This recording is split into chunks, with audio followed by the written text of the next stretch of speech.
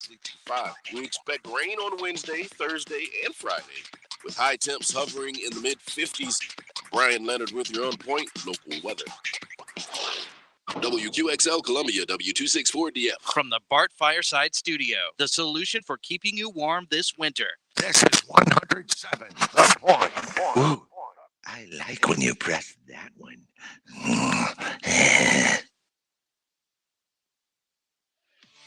This is Sports Talk with Phil Kornblum, Chris Bergen, and Pat Daniel. Sports Talk is heard across the state on radio affiliates of the Sports Talk Media Network and is streaming live on SportsTalkSC.com, as well as Twitter, Facebook, and YouTube. The South Carolina Education Lottery lucky number to call in is 888-898-2525. That's 888-898-2525. Now, here are Phil, Chris, and Pat with tonight's edition of Sports Talk. And good evening, everybody. Welcome into Sports Talk Media Network. It's a Monday after. What a weekend of sports. Hope you enjoyed it with the NFL playoffs. Down to two games, down to two teams, and, well, two games. If you want to count the Pro Bowl games, not going to be a Pro Bowl game, but the little bit of fun count, and Phil. frivolity. Yeah, whatever they're going to do to try to create interest in a postseason all-star setting for the NFL. Just shows you how soft we've become. We've taken the Pro Bowl. We've just flushed it down the toilet.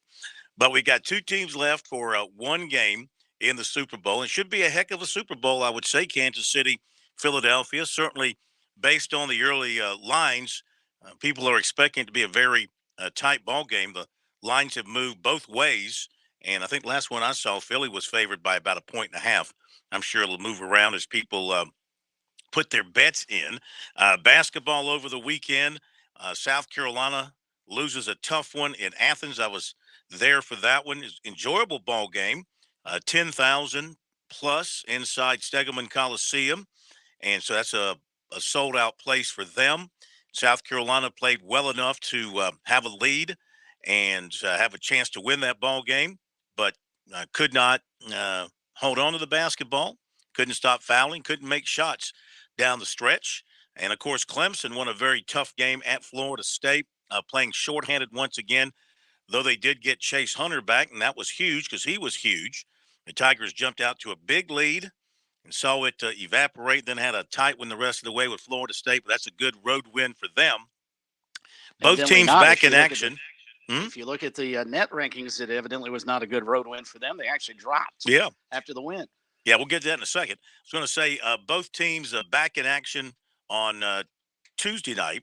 Clemson on the road up to Boston College, and the Gamecocks will be at home to take on Mississippi State. So kind of set the tone for everything. I do want to say this off the bat. I know a lot of people, belly aching about some officiating in the South Carolina game there at the end, belly aching about the referees in the NFL playoffs. I love officials. I am all for officials. I think they do a great job. I think that they are perfect people. And when they make a call, they don't make a call. It's never a mistake. You'll never hear me after seeing what happened in the Celtics-Lakers game on Saturday night. I will never complain about an official making or not making a call again. So I just want to thank the officials for what they do at all levels, from the pros to the colleges to the high schools to the little leagues. You people do not get enough credit for being the great people that you are. Well said, sir. Mm-hmm. Full of sarcasm, and I get your points. But there is a systemic problem with officiating in college basketball in particular. But we won't go there unless we want to go there, because you can't tell me that the officials did not have a lion's share into the reason why South Carolina got beat by Georgia on Saturday. Well, it depends on, now I couldn't tell. I had people on our timeline on that last play to Davis where he had a chance to maybe score at the very end, and a defender ran right in front of him. I couldn't tell from where I was sitting. It's one thing when you're sitting up in the stands and you're trying to observe and you're not influenced by one team or the other. You're trying to discern if there was contact or not. I truly couldn't tell. The guy flashed across in front of him, and it forced him to kind of lose control of the basketball. Thus, he wasn't able to get a shot off. And of course, immediately on our timeline, when I described what happened, it was like he was fouled, he was fouled, he was fouled. Okay. Well, they didn't call it. So I'm is it not a even talking foul? about that play. Is it a foul if it isn't called? I mean, Yeah. maybe in your opinion, but in the opinion of the only people that matter, that's the officials. But I mean, I think, talking to the players and to Lamont Paris afterwards, well, he didn't say it directly, but I think the They players kind of can't. indicated that there was some contact on that last play. Mhm. Well, I'm not talking about just that last play. I'm talking about overall, especially in the second half, when one team, who happens to be the home team, makes 9 more free throws than the opponent even attempts. You can't tell me that the officials don't have a major impact on the game, and it's unfortunate because that's a game South Carolina probably should have won if the calls had been mediated out fairly. I saw it for Coastal Carolina, same scenario up at James Madison, 33-6 in free throws. Mhm. And the problem you have, and Gino Auriemma, who I guess has no worries about repercussions from the Big East or the NCAA. He just basically flat out called out the officials at halftime of their game with Tennessee. He says, this is what you expect when you come here. You're going to get lousy officiating against you. And college basketball, unfortunately, has a systemic problem, as I mentioned earlier, about officials that get bought in, sort of play into the crowd. And normally it favors the home team. Doesn't always. I mean, Clemson was able to handle that. And actually, I think probably attempted more free throws than Florida State did. So it's not every game. But when you see a scenario where there's just one team getting so many more free throw attempts than the other, you have to start questioning and ask. And the problem is here, there's no accountability of officiating. Why don't the officials have to come to a post-game press conference like the head coaches and players do? The head coach has to answer for questionable plays he called or certain circumstances of the way the players played. But the officials never have to come and answer any questions. It's almost like it's taboo to question the 3 guys who are in charge of the game, but we can question everybody else involved. Yeah, I hear And what you're saying. until that changes, we're going to still deal with this. Yeah, I hear what you're saying, but I mean that could become a very dangerous setting because I mean the lack of respect for officials. Number one, by some people in the media who take these things really personal. I mean, things could really get out of hand. I mean, they control themselves in dealing with coaches and players for the most part. Sometimes there's an exchange that gets out of hand a little bit, but by and large, the decorum is somewhat calm. I could see it really getting out of hand. You got an official in there answering questions about why he did or did not make a call, and I don't know. I think you raise the level of toxicity that way when you I think there should. I think the officials should maybe if there's a controversial call or no call, then they should issue a statement explaining it.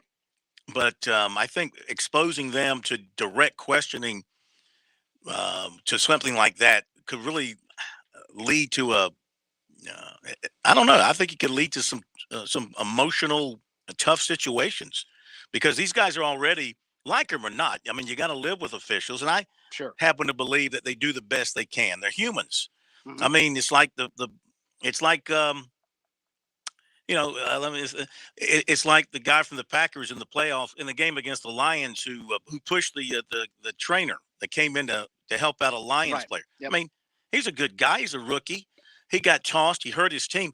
I mean, he didn't mean to do it. He reacted emotionally in the heat of the moment, and and he was tossed in the ball game, and he hurt his team by not being there to help play for them the rest of the way. Sure. My point is, if players make mistakes, they drop passes, they fumble at the goal line, and that's part of the game. And the game is so fast. There's so many rules. Officials have to make split-second decisions. They get most of them right. They they do get most of them right. Um, it's the ones they don't get right, of course, that you remember the longest and that raise the ire of everybody. I just don't know that questioning them about it and grilling them about it with the media would solve anything other than make fans and everybody else more critical towards them. Just if it's a key play, I mean from the Kansas City Cincinnati game, all right, there's no debate, right? that the personal foul there at the end that led to the field goal, that was a good call, right? He was out of bounds. Sure. Oh, and they hit it, absolutely. right? 2 feet out of bounds. Yeah. As a matter of So fact. there was no question there. So where was there the big question? Was it on the third down? Yeah. Go ahead. That would have been a situation where the head referee, if he could have come into the press conference afterwards and says, here's what happened, and you explain it, maybe you don't like the answer, especially if you're Cincinnati, you certainly don't like the answer that you're getting, but at least you would get an answer. And I would say the same thing about Anthony Jordan, who was the crew chief, I think, on Saturday down in Athens. If he came in and was asked, all right, what was the reason that Georgia was able to get to the foul line so many times in the second half, whereas South Carolina? What if he just simply said? What if he just simply said because the other team fouled more? Yeah. Would you accept that as an answer? If Probably he said, probably not. But then what good's questioning him then? If people aren't going to accept the answer, all you're doing is raising the temperature again. Well, here's the issue I just have with it. Officials, in my opinion, and you're right, they do a very, very hard job, and it's a job that I would not want to have. And it's easy for me to sit behind the microphone or be a fan and get upset at the job they do or applaud the job they do if it goes the way my team. But the problem is that I have about this, and I've always had about this, is coaches are not allowed to question officials like they're, some sort of deity, and how dare you challenge them, or they'll get fined by the SEC or the ACC or whatever conference. But then on the flip side, officials, again, in my opinion, have no accountability to come back in and explain why they may. If Lamont Paris wanted to question that last play, he probably can't. But there ought to be some balance in there where the officials have to come and explain it if you're not allowing the coaches to complain about it. You see my point? Yeah, I mean, again, I think that I think you have to protect officials, and I think you have to protect officials from coaches and players' accusations. If a single official is singled out, let's say by a coaching staff, by a coach or by a team, whatever.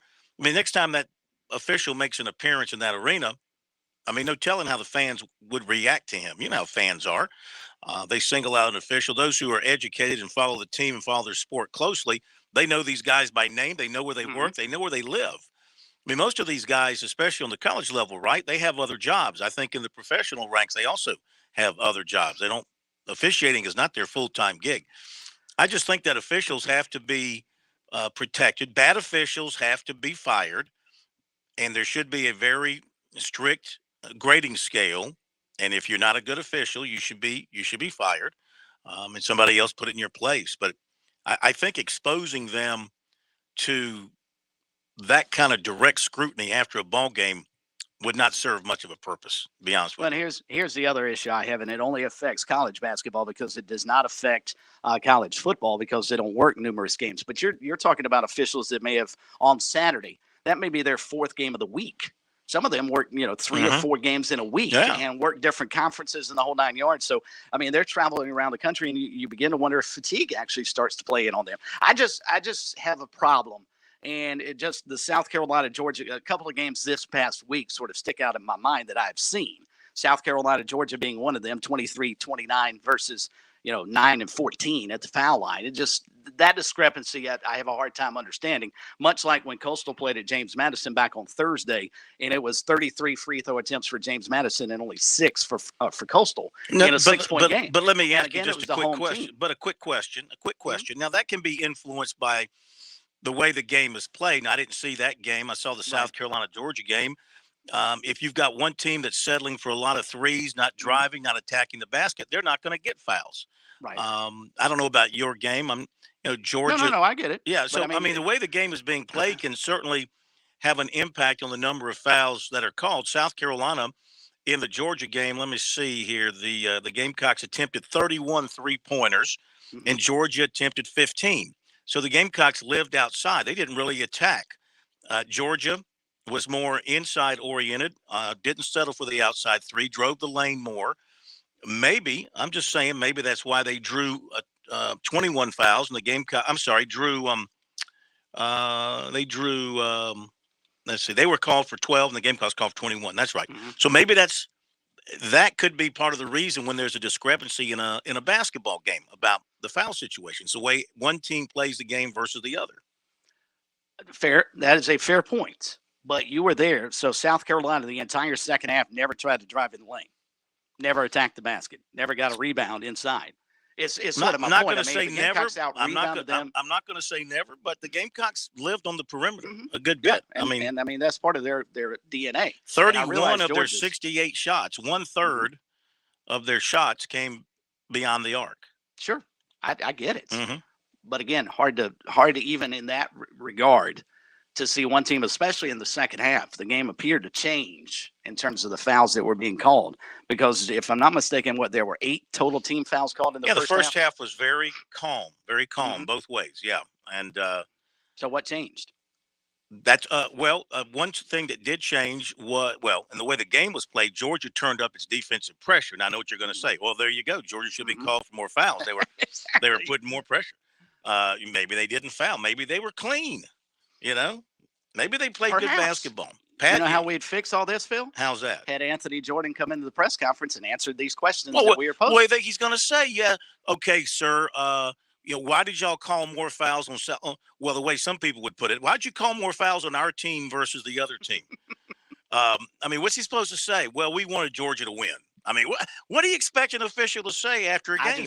I just think knowing that they're already a situation where they don't call things as closely as they probably would because they've got the eye in the sky to rely on. And I think if you add some credibility back to them and make them come into you don't have to bring them in every time. There was really no reason to bring them in, say, down at Florida State in the Clemson-Florida State game. But if there are controversies that come out that the coaches bring up, I think the lead officials should be available to answer the same questions that the coaches can't answer. That's my only issue with this. Pat, Lamont Paris should have been able to come out and just lambaste the officials, say they cheated my team. I wanted to get a technical, but the game was too close. You'd love to have coaches be able to say, but I'm telling you, it's counterproductive.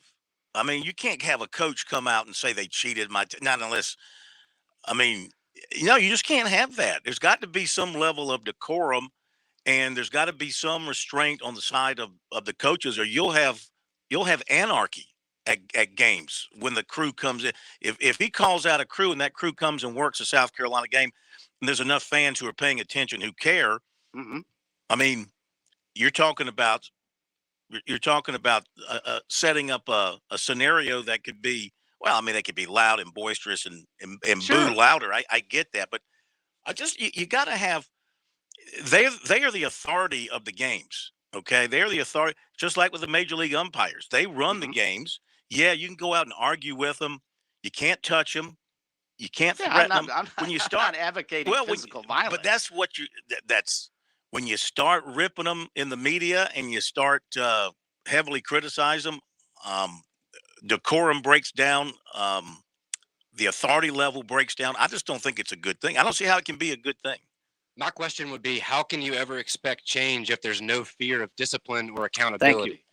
If these referees have no fear of repercussions for bad performances, what incentive do they have to get better? Can't they be fired if they're not good? If they don't grade out? Have they been? I would say there's been firings of referees. Absolutely.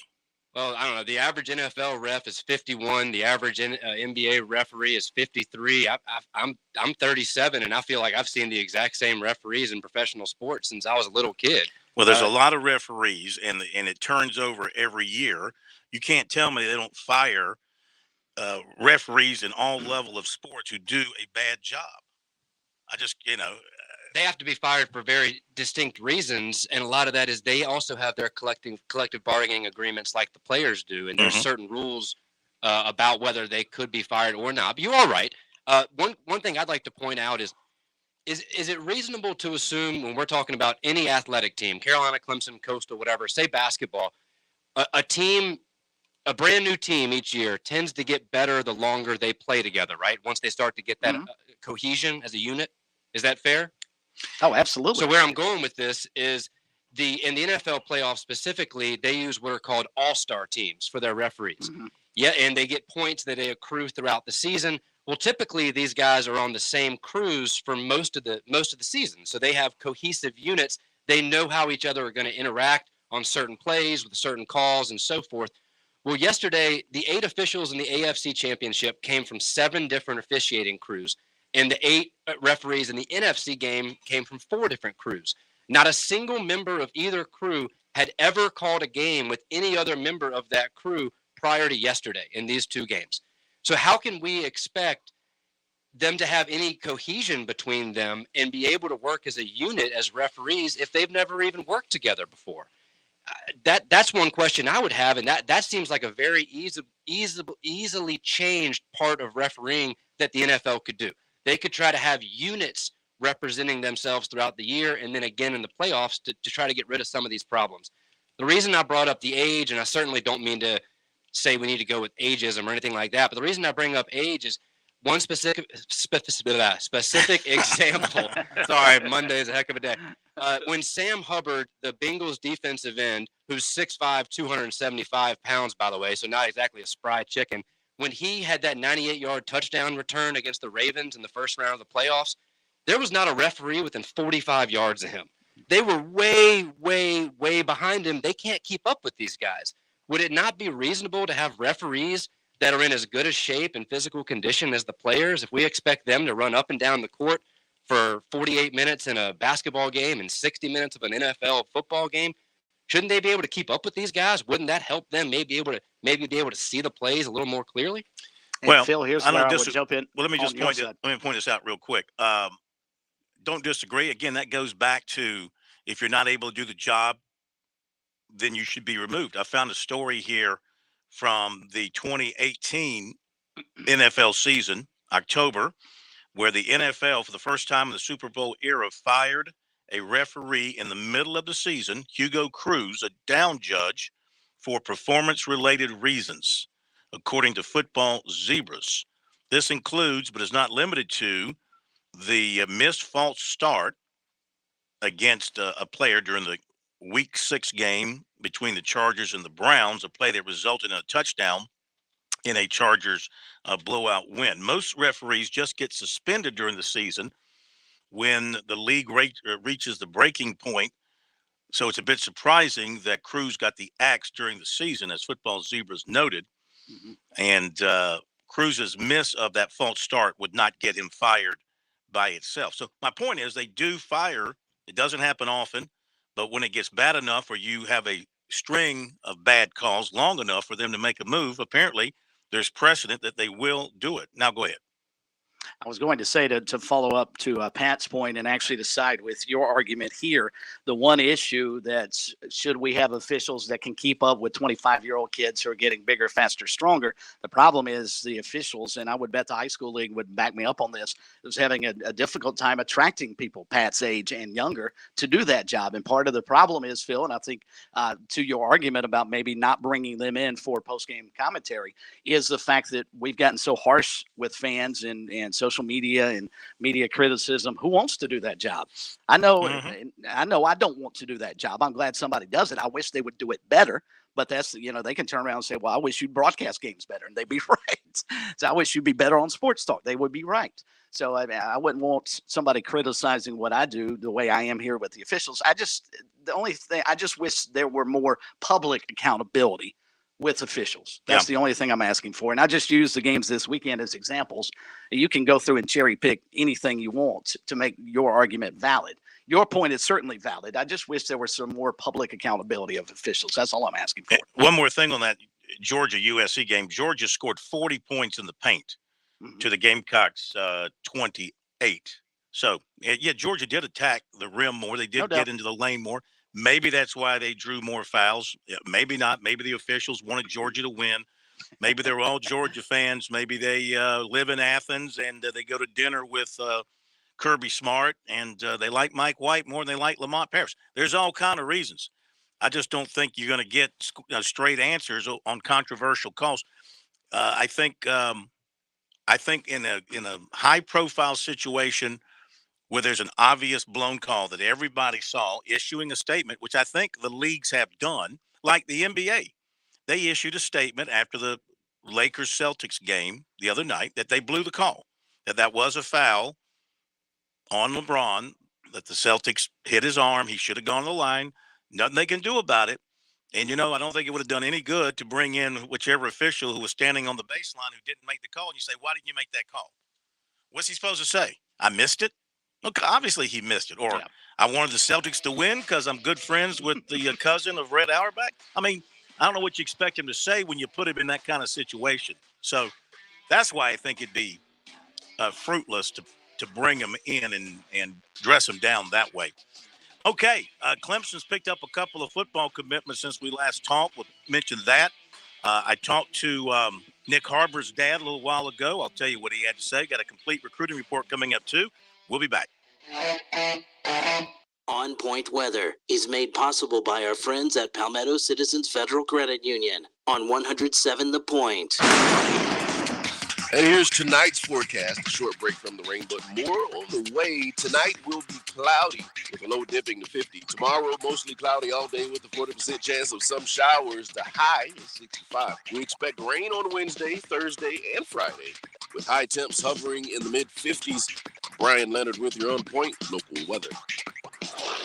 Dave Ramsey here. Do you want your money to work for you rather than you working for your money? Go see my friends at Palmetto Citizens Federal Credit Union. They're not a mega bank and have been serving the Midlands since 1936, offering good old-fashioned customer service and free services. They'll look out for your financial well-being. With 14 locations, check them out today at palmettocitizens.org. Federally insured by the NCUA. With SRN News, I'm Keith Peters reporting the House Oversight Committee is set to hear testimony from former Twitter employees involved in the social media platform's handling of reporting on President Joe Biden's son, Hunter. The committee confirmed Monday that the former Twitter employees will testify at a hearing next week. President Biden has informed Congress that he will end the twin national emergencies for addressing COVID-19 on May 11th, as most of the world has returned closer to normalcy nearly 3 years after they were first declared. The move to end the national emergency and public health emergency declarations will formally restructure the federal coronavirus response to treat the virus as an endemic threat to public health that can be managed through agencies' normal authorities.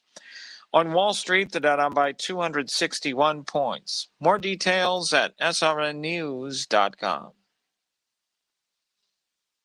I get frustrated when I see people I care about getting scammed or at least misled. Some of these national spots, some of these celebrity endorsements about Medicare, they can be really misleading. I've worked with Tim Hanberry and the team at Medicare Blueprint for some time now. They've helped me so much, and in more ways than one. First, they've eased a lot of stress when it comes to helping my family find the right insurance for ourselves and in the recent past with my mom and for many friends. Plus, they've saved us so much money by educating me on what we can do to get the best health insurance at the best price. Bet you think I've had to pay Medicare Blueprint and Tim a ton of money for all the help they've given? Nope, not a penny. Their service for you is just as free as it's been to me. If you are a parent is approaching 65 years of age, or if you're coming off an employer plan, let Medicare Blueprint go to work for you. I'm not the only one offering my endorsement for their incredible help. Visit their website, MedicareBlueprint.com. Read testimonials from people all over the Midlands. If Tim can help you find a better plan, let him. If he can't, he'll be the first to tell you. Online, MedicareBlueprint.com, or call him, 708-7398, 708-7398. Hey, Point listeners, this is Casey Whitener. When I'm not hosting Right on SC, I'm teaching at Carolina and serving as programs director for the Faber Entrepreneurship Center at USC.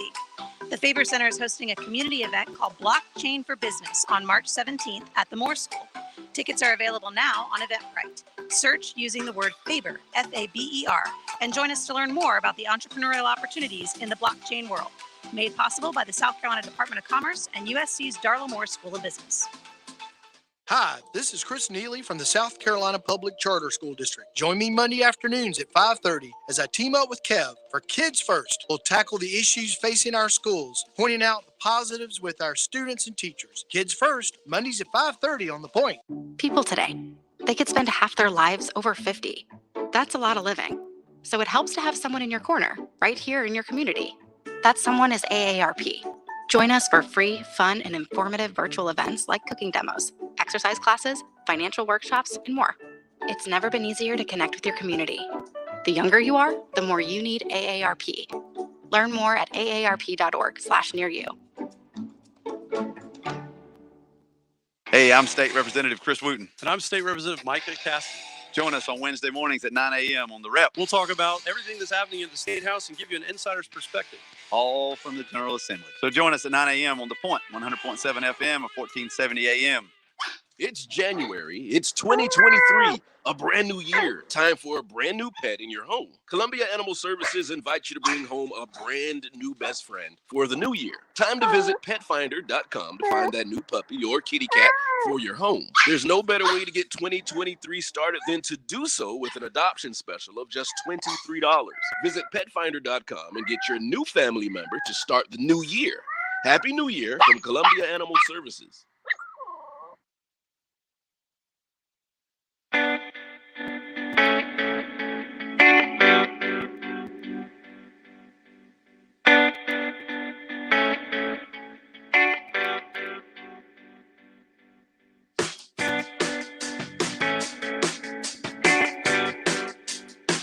Gonna get to your calls in just a second. Just a second. Phone number 888-898-2525. South Carolina Education Lottery, lucky number to Sports Talk. And since 2002, more than $999 million in lottery proceeds have been used to support K through 12 programs in South Carolina. Learn more about the lottery's impact at sceducationlottery.com/educationwins. Playing for fun is a win for education. So a couple of things I need to mention here off the top. Clemson picked up a pair of commitments from their junior day thus far. Others may be following. Defensive tackle Champ Thompson. And today, safety Noah Dixon. We'll talk more about them just a little bit. Tell you what else is going on. Tell you more about Nick Harbor from talking to his dad this afternoon, just to give you a little bit of something. Now, tonight could be the night they make the decision. They got back so late from Oregon from their trip over the weekend, didn't get home to about 1:30 this morning. Everybody had to get up and get going early in the morning for work and school. And they will discuss things tonight as a family. May have their decision rendered sometime tonight. Don't know who it's going to be. Everybody's still in it. See things on various message boards and people trying to have reasons why he's going to go here, reasons why he's going to go there. He does not have a girlfriend who is on the USC track team. He has a friend who he met at a track event in North Carolina who runs track for South Carolina, according to his dad, but it's not his girlfriend. It's just a female a track performer that, like, he's a track performer and they're friends through the track. Now, could a romance start at some point in time? I'm not saying. But people who are saying he's got a girlfriend who runs track for South Carolina, dad says no, it's not a girlfriend. It's just somebody he met at a track event. And let's see, what else I want to tell you real quick here before we get to phone calls. A lot of stuff going on. Let's see what's most important here real quick. I don't want to mention. We'll talk about this. We'll talk about that. Some interesting stuff going on in Charleston with the high schools. Scott Eisberg reported that Dr. Jerry Brown told him he never received a letter of termination after his meeting 2 weeks ago with Berkeley. He says he's continuing to go to school as a teacher and head football coach, preparing for 2023 until told differently. And he quoted him as saying, "The kids need me." Now, Mark Morgan, another of the TV broadcasters down there, WCBD TV, he got a note from Jerry Brown, an update this afternoon, who said, quote, "I've just received follow-up from school admin as they intended last week. Best I do not comment further. Messages left of the school district have not been returned." He reported. Also, Mark had a story here as well on Steve LaPrade and the possibility that Steve LaPrade, who previously was at Fort Dorchester, could be back coaching in the Low Country. Steve LaPrade could come back. It says in this story, may return soon to the sideline. Again, this is from Mark Morgan. Fort Dorchester coach Steve LaPrade tells News 2 Mark Morgan he's mulling several offers, may be back on the sideline soon. And that's all I see in this story. So apparently there are some opportunities for Steve LaPrade. Wow. So he wasn't ready. He wasn't retiring entirely from high school coaching. Looks like he's looking to get back on on the sideline. Rankings this week in the AP poll, Clemson moves up in the poll this week. Tigers climbed to number 20 after their win at Florida State after losing that game earlier in the week. So they climbed to number 20. And College of Charleston losers to Hofstra drop out of the top 20. Heck of a game between Charleston and Hofstra in Charleston on Saturday. Could have gone either way. Hofstra got hot late in that game and hit some shots down the stretch, won that thing on the road. That's a good win for them. And let me correct myself. Clemson did not lose earlier this week. They beat Georgia Tech. Yeah. They beat Florida State. They beat Virginia Tech. Their last loss was at Wake Forest. So 3 straight wins. The Tigers have moved up to number 20. They go to Boston College tomorrow night. So the college drops out after just one loss. I realize they've got 2 this season, but the other one came so early in the year to North Carolina. Yeah, they had a 20-game winning streak. That's not a top 25 team. Problem is they don't play in a top 25 type league. They don't. No one gets any respect out of the Colonial, and that's a shame because that's a pretty good basketball league, and the college is a very good basketball team. Yeah, but it's still a one-bid league, right? Yeah, and that'll be interesting, Phil. If let's assume for a moment Hofstra, just pick another team, wins the conference tournament, and college finishes with, say, just 3 losses, I don't know how the committee leaves them out, but stranger things have happened, just as Wofford baseball. True that. All right, let's get to the phone calls. We appreciate the calls, and we got a lot of recruiting to get to. Bill DeAndre, I need to mention, let me do this real quick because I'm not doing my job. I do want to congratulate the folks who were selected to the South Carolina Athletic Hall of Fame, and Bill DeAndre will join us a little bit after 7 o'clock, the president of the Hall of Fame. But your new inductees will be Mark Burson, USC soccer coach, Robert Brooks, former USC receiver, Woody Dantzler, former Clemson quarterback, Dawn Ellerby, former track star at USC. She was a thrower, a great one at South Carolina, 4-time NCAA champion, Joe Hamilton, former Georgia Tech quarterback, Macedonia High School.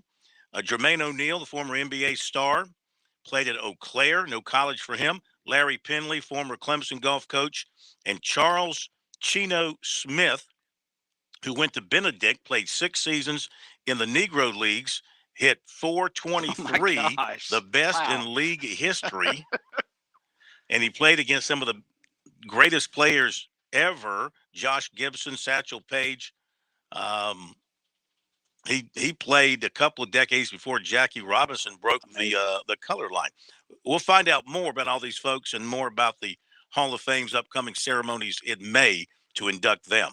Okay, it's been a busy day, as you can tell. So, with that said, we go to Robbie in Florence, get some calls in. Robbie, welcome to Sports Talk. How are you? What's up, Phil? Doing great, sir. How are you? I'm good.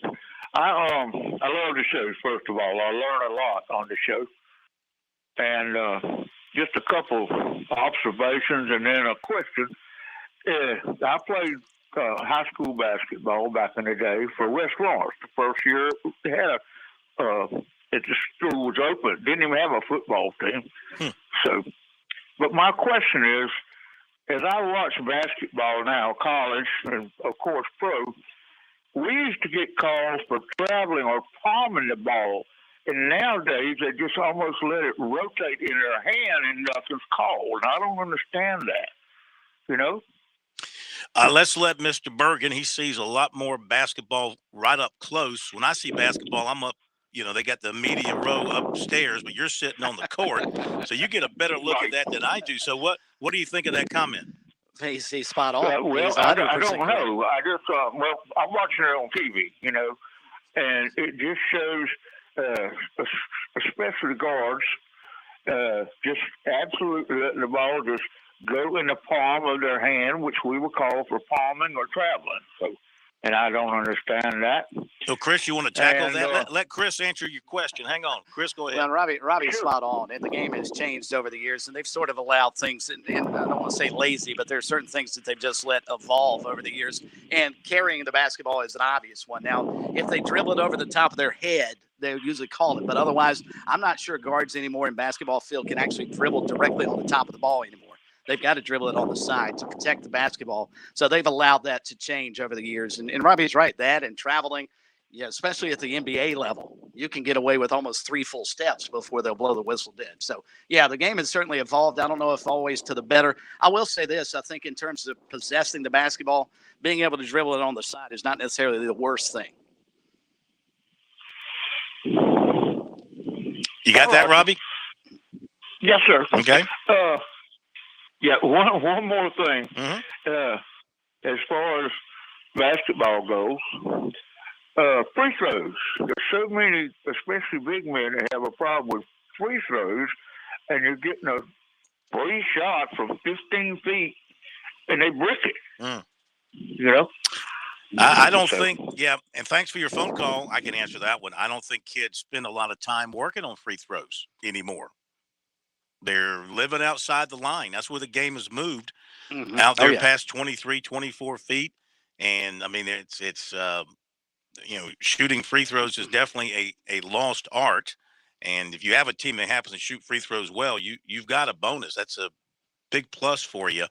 But I think everything is, worked on outside the line, outside the 3-point line. That's where they spend most of their time. Don't know why you can't spend some time shooting free throws. They are critical. They become very important late in ball games, of course.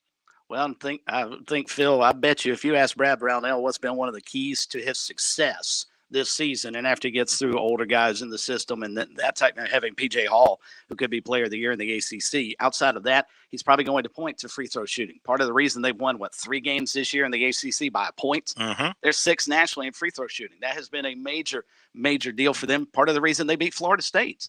They were really good at the line on Saturday, and they have been throughout this year. And Villanova, as bad as they are, that's a team that shoots over 80% from the line. Now, back to the big men, I think a lot of that has to do with their hands. Their hands are so big. Imagine thinking back when you go outside or down in your basement, you had a Nerf hoop, and how small the Nerf ball was in our hands, Phil. Now imagine translating that to basketball. I think that's part of the reason big guys have struggles at the free throw line. Yeah. Because their hands are so big, it's tough for them to shoot and put touch on the ball. Yeah, I mean, look, Larry Bird, if I may cite, of course, my alter ego, has huge hands. You look at him grip a basketball. I mean, his hands are covering 2/3 of the leather, but he was a great free throw shooter. But he was a unique fellow in that he was, 6'9", but he had skills of a small guy. But I hear what you're saying. The typical big guy's got the big hands. He doesn't have the shooting motion that a guard would have, so he would struggle at the foul line. I would get that. Arc as well. Let's remember Shaq. Shaq used to joke for years about how it felt like he was having to throw a projectile like straight at the hoop, because when a 7-footer is holding the ball up above his head, he's closer to 8 feet the ball, and so then you're trying to throw it at a 10-foot elevation. That's a lot tougher than a 6-footer. Who was the big guy who used to stand 2 feet behind the line? Superman. What was his name? Dwight Howard. He would stand like 2 feet behind the line, right, to try to get the ball. By the way, I found a story here on CBSSports.com from yesterday's game between the Chiefs and the Bengals, a controversial call, the do-over play, and they actually have a pool report from the referee in the game. Ron Torbert issued a pool report explaining what happened on that play. He explained it clearly. Basically, the clock, it was an incomplete pass. The clock continued to run when it shouldn't have. They were lining up to run the next play. The official from behind the play whistled to stop the play. It was too loud. They couldn't hear it on the field. The play was snapped, and it was a dead play anyway. So whatever happened was not going to happen. And so people thought that they were getting some kind of a replay on it. But no, he had blown the play dead because the clock hadn't stopped. They had to reset the clock, and they had to start over again. So he explained that in a pool report that was, I guess, distributed to the media after the game. That's how you handle those kind of situations. I like that. And in these high-profile games, when you have something like that, there's absolutely – they do that in the World Series, and they do that in the playoffs. If there's a controversial play, they get a pool reporter to go in there and either talk to the official or they issue a report to be handed out. Okay, quickly, we got to go back to the phones. Thank you for your phone call. There, Robbie, we appreciate it. Let's go to Lee in Greenwood. Lee Greenwood, hey, welcome to Sports Talk. Phil. Good to hear from you, man. How are you? better than I deserve to be, my brother. I Better heard than you. I deserve to be. I heard you. I heard you. Look at how I agree with Chris on some of the things about the officiating, but it took the ACC in college football 20 years to get Ron Cherry out. He was horrible. I mean, he was horrible. He couldn't call a cemetery. I mean, he was pathetic. He couldn't call a cemetery. No, I'll tell you right now, he couldn't officiate a cemetery basketball game. He was pitiful. But getting back to basketball and officiating, I seen Duke when Krzyzewski was there. You could breathe on one of them cats and they'd fall down in the whistle. Whoop! You know, that's terrible. Well, listen, listen. I've had a lot of fun over the years here about ACC officiating back in the days of Dean Smith and Krzyzewski and on with North Carolina and Duke, especially when Clemson had to play them, especially up there. And one time I went to the trouble. This was a few years ago. Went through all the record books and I added up in the history of North Carolina versus Clemson basketball the number of free throws North Carolina had shot compared to the number of free throws Clemson had shot in their games. And I mean, it was terribly lopsided. Now, part of that was because Clemson was losing 98% of the time to North Carolina, and they were fouling late to try to get the ball back. Some of that was that. But a lot of it, too, was just the fact that North Carolina got a lot more whistles against Clemson and everybody else. So it seemed up on Tobacco Road. So, yeah, there was always that conspiracy theory from outsiders about ACC basketball officials. But that's what kind of made it fun. Do I think they were on the take and trying to help them out and all that kind of stuff? I really don't want to believe that. I really don't. I mean, if you believe that, then, I mean, what's the use of having a league? What's the use of playing the games if that's true? I don't want to believe that. No, I don't believe any officials on the take. But I do believe officials need to try to be consistent. And that's what I don't see. You know, in baseball, you don't like the strike zone, but it's consistent, right? Mm-hmm. You can deal with that. But you can't deal with one that one way is one way. The next time the other team's at, it's the other way. That's just jihad. That's lazy officiating. And I have officiated. I have officiated baseball, football, and basketball. And I'm going to tell you, that basketball is something. Well, but, I think you could get a call in basketball on every trip down the floor. Of course, in football, correct, you could get a flag on every snap. Now, who wants to pay and watch that? You know, I mean, and you do. I agree with you. The consistency thing, and they got to be consistent early and stick with it throughout a ball game. It's like officials calling a football game. I mean, if you're going to call it tight, then call it tight from the first snap and let the players know we're calling this tight today. I mean, you really shouldn't have a theme. It shouldn't be we're calling it tight today, we're calling it loose tomorrow. No, there should be one way to call it. And you shouldn't be calling a foul or a flag or a penalty if you don't see one. If there's nothing there, don't call it. And if you see it, man, I agree. Call it. And we're all amazed at how something happens and it doesn't get called. Look, I'm the world's biggest Celtics fan. I couldn't be happier with how that game turned out the other night. But he was fouled. I'll give it to you. He was clearly fouled. Should have gone to the line. Maybe he'd have missed them both, and things would have still turned out the same way. Probably not. But they blew it. He missed it. How the official standing right there could not see that, call that, is beyond me, you know. And to add insult to injury for the Lakers, Patrick Beverley, did you see what he did? No, sir. He walks up to the official during the timeout before overtime with a camera, with a photographer's camera, and hands it to starts to hand it to the official to say, look, here's the picture. Of course, they teed him up. And the Celtics got, 2 free throws, I think, to start overtime.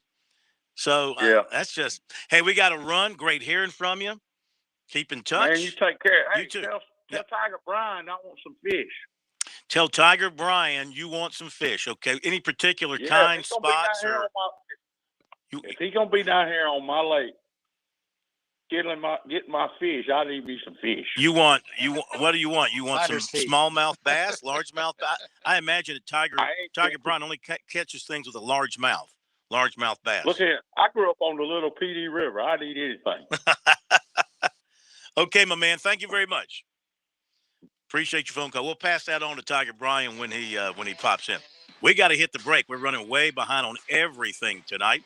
We'll catch back up on the other side. More of your phone calls. Bill DeAndre at 7:05. I think attorney Jim Corbett's going to jump in about 7:45. Tell us what's been happening at the Murdaugh trial over the last couple of days. We'll have recruiting for you as well. It's a busy, busy Monday here on Sports Talk. Back in just a moment.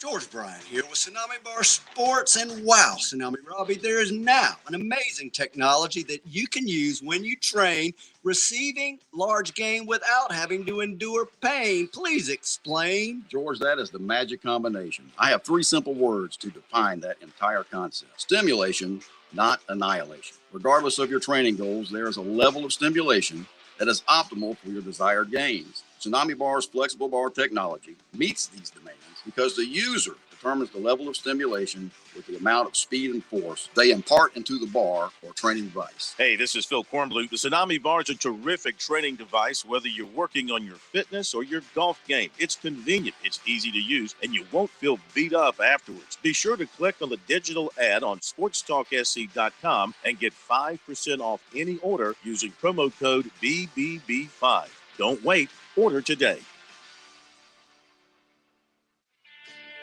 Major Downer here from the South Carolina Department of Natural Resources. Boating season is just around the corner. To make sure that your boat is ready, check your registration sticker and ensure it's current. Find your registration card, make sure your life jackets are in good shape, and check your fire extinguisher as well. For more information on boating or boat titling questions, visit dnr.sc.gov/boating. Hi, I'm Jim Corbett. I've been an attorney for more than 30 years. There's one thing I've learned about injury cases. It's you need the personal touch. You need the lawyer to get to know you and describe your damages. You don't want a case manager talking to an insurance company and then talking to you and then talking to maybe to a lawyer with limited experience at the last minute to try to settle a case. I talk to you. I find out what your case is about. Jim at JimCorbettAttorney.com. Jim at JimCorbettAttorney.com for your injury cases.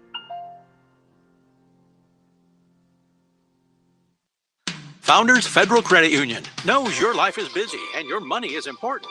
We are proud to offer local personalized services and convenient online services like Founders Online and the Founders app. You'll love being with us as much as we love serving you. Visit RelaxJoinFounders.com or one of our 37 convenient locations to see if you qualify for membership with Founders. Relax, win with Founders. Terms and conditions apply. Founders Federal Credit Union is federally insured by NCUA. Thank you. Thank you for world-traveling rocket scientists, for tires bigger than your grandma's house, for 3D printing research, for artists in residency. Thank you for all the things that take us to the next level. Thank you for playing the lottery, for funding scholarships, for funding grants, for funding innovation in this state. Thank you. The South Carolina Education Lottery. When you play, we all win.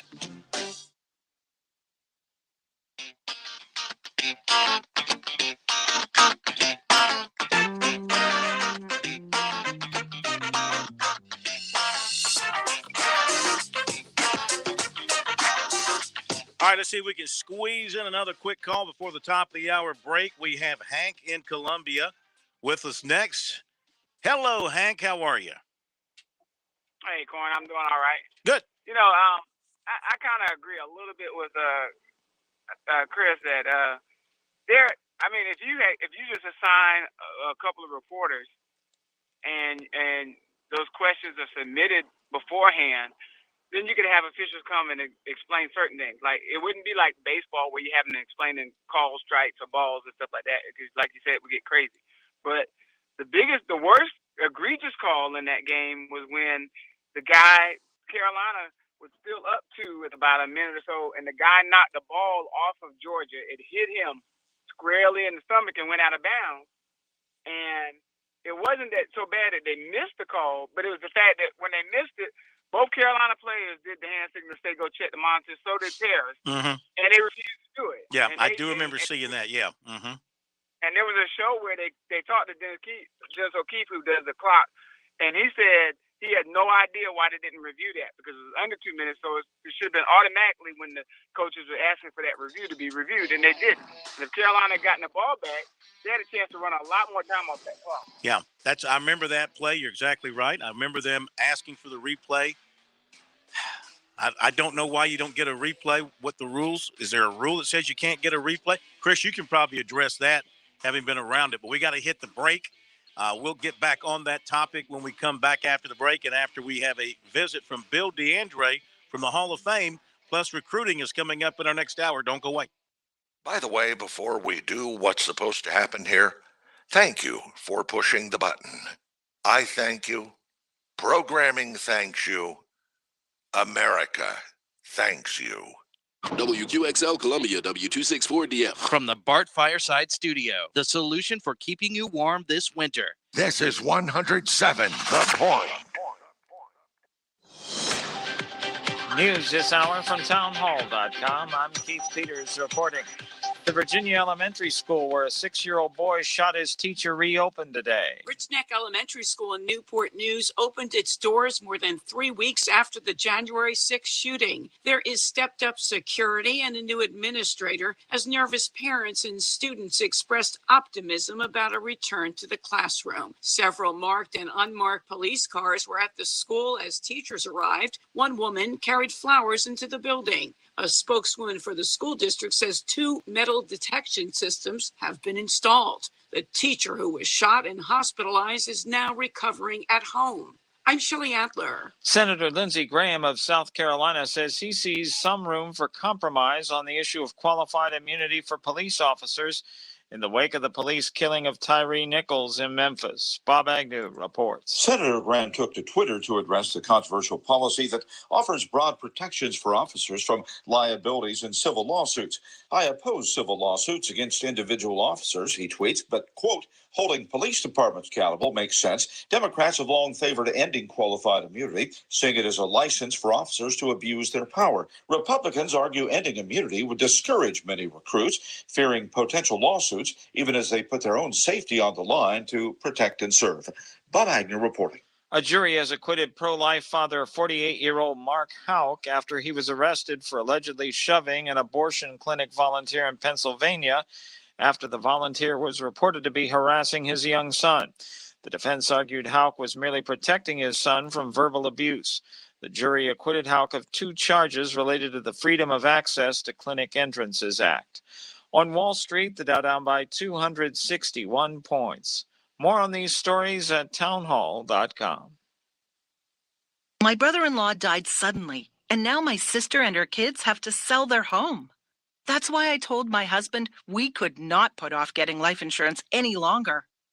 An agent offered us a 10-year, $500,000 policy for nearly $50 a month. Then we called SelectQuote. SelectQuote found us identical coverage for only $19 a month, a savings of $369 a year. Whether you need a $500,000 policy or a $5 million policy, SelectQuote could save you more than 50% on term life insurance. For your free quote, call SelectQuote at 1-800-940-6161. That's 1-800-940-6161. Or go to SelectQuote.com. That's 1-800-940-6161. SelectQuote. We shop, you save. Full details on example policies at SelectQuote.com/commercials. Bible. Russian shelling has killed at least 5 people in tough eastern Ukraine combat. Ukrainian authorities say the shelling also wounded at least 13 others during the previous 24-hour period, as the Kremlin's and Kyiv's forces remain locked in combat in eastern Ukraine.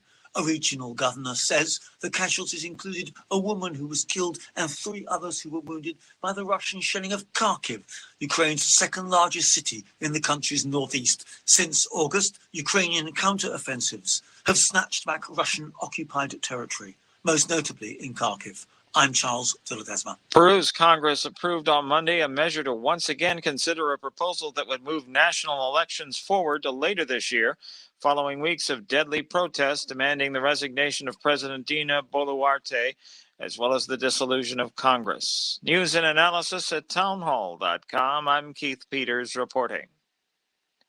On Point Weather is made possible by our friends at Palmetto Citizens Federal Credit Union on 107 The Point. And here's tonight's forecast. A short break from the rain, but more on the way. Tonight will be cloudy with a low dipping to 50. Tomorrow, mostly cloudy all day with a 40% chance of some showers. The high is 65. We expect rain on Wednesday, Thursday, and Friday with high temps hovering in the mid-50s. Brian Leonard with your On Point local weather. WQXL Columbia, W264DF. From the Bart Fireside Studio, the solution for keeping you warm this winter. This is 107 The Point. Ooh, you shouldn't have pressed that button. Oh. Now you get this.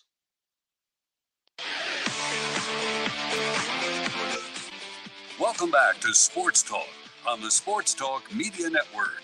You can reach the guys with the South Carolina Education Lottery lucky number, 888-898-2525. That's 888-898-2525. Now back to Phil, Chris, and Pat with the second hour of Sports Talk on the Sports Talk Media Network. Okay, back we are, Sports Talk Media Network. Busy Monday, a lot of stuff to cover. Our phone number, 888-898-2525, and we'll get back to your phone calls in just a little bit. Right now, though, one of the big news stories of the day here in South Carolina, the announcement by the South Carolina Athletic Hall of Fame of the new folks who will be inducted into the Hall of Fame in May 15th in Columbia. Just to recap those names once again, USC soccer coach Mark Burson, Robert Brooks, USC receiver, Woody Dantzler, Clemson quarterback, Don Ellerby, USC NCAA champion track athlete, Joe Hamilton, Macedonia High School quarterback in Georgia Tech, Jermaine O'Neal, Eau Claire High School basketball star in the NBA, Larry Penley, Clemson golf coach, and Charles Chino Smith from Antioch, who went to Benedict, went on to play in the Negro Leagues for 6 seasons with a career batting average of .423. What a class.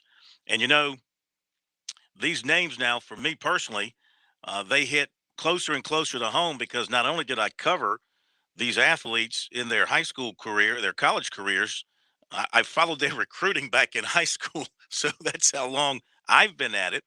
Let's welcome in somebody who's older than me and wiser, Bill DeAndre, the president of the South Carolina Athletic Hall of Fame, to talk about this terrific class. Good evening, sir. How are you?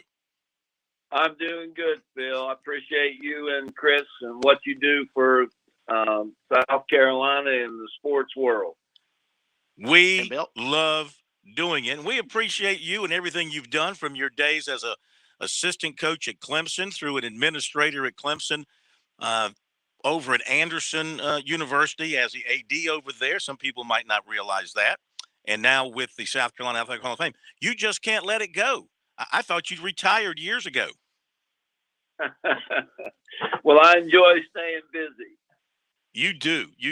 And the Hall has done a great job with this class.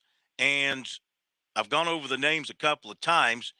What do you think overall about this group that's going to be honored in May?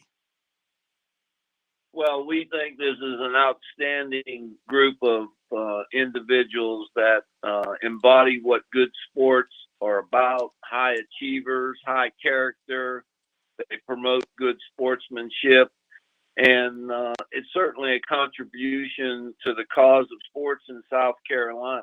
And these individuals promote the ideals and traditions that our South Carolina Athletic Hall of Fame uses as a mission. You know, there's certainly a lot of participants in sports, but it's critical that we're able to recognize those that have excelled with some of the highest achievements and statistics and contributions to sports. Yeah. When you sit down and try, I mean, I'm sure you have hundreds of nominations, hundreds of names and careers to review, and you got to narrow it down. I mean, how difficult is it to get it down to the number, and how do you decide how many you'll bring in any given year?